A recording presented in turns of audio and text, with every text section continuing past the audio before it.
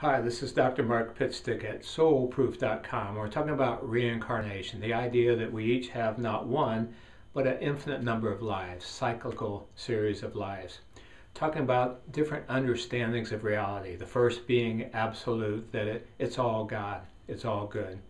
The second, that our soul's energy doesn't have to be in one place, or can rather be in more than one place at a time.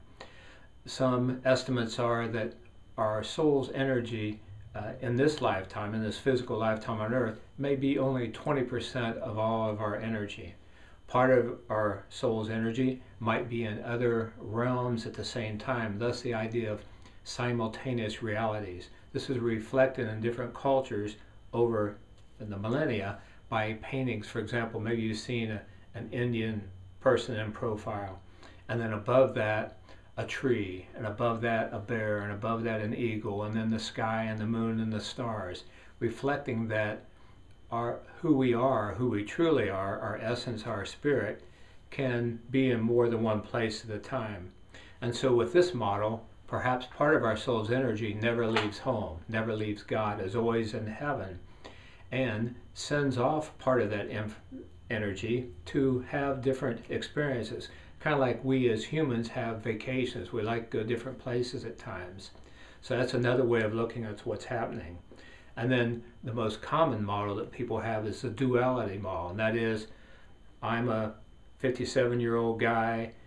You're a separate person from me. I am born now. This is the year 2011. I was born in 1953. Maybe in a past life I was a Viking or a pioneer or a Civil War soldier. Maybe in the future I'll be something else. But that model, I think, only has limited usefulness because it believes in separation, when in fact all of the evidence points to it's all one, it's all connected. For example, people with near-death experiences come back and say, we each are one with the one. We all are part of Source, and it's all here now. Time is a human conception, useful for making appointments, but only relatively real. So work with that some. Very important foundational information.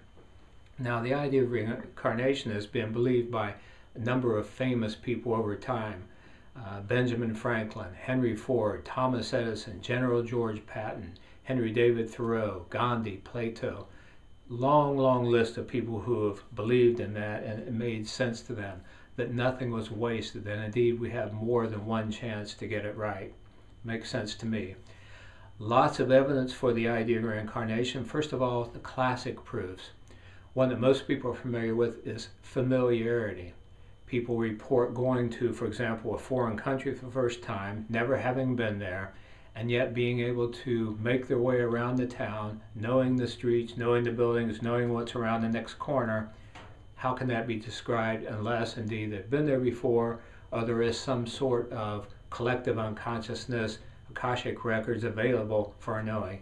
In either case, the same net benefit. There's much more to life than just this one physical experience. Another classic proof are child prodigies. People like Mozart and Beethoven, for example, being able to write concertos at age 4 and play symphonies and play perfectly on the piano. Where did that come from? Again, unless they had prior experience or they're able to tap in some wealth of experience that exists out there. The third classic proof is xenoglossy, spelled with an X, and that's the ability to speak a foreign language having had no exposure to it before. This is especially impressive when it occurs, for example, with children. Parents will hear their children talking in their sleep, tape them, take it to linguistic experts and find out it's Aramaic, a language that hasn't been spoken for 2,000 years for the most part. So we'll get back about more evidence for reincarnation. For now, visit our website, soulproof.com. Sign up for the newsletter to learn much more about this exciting topic.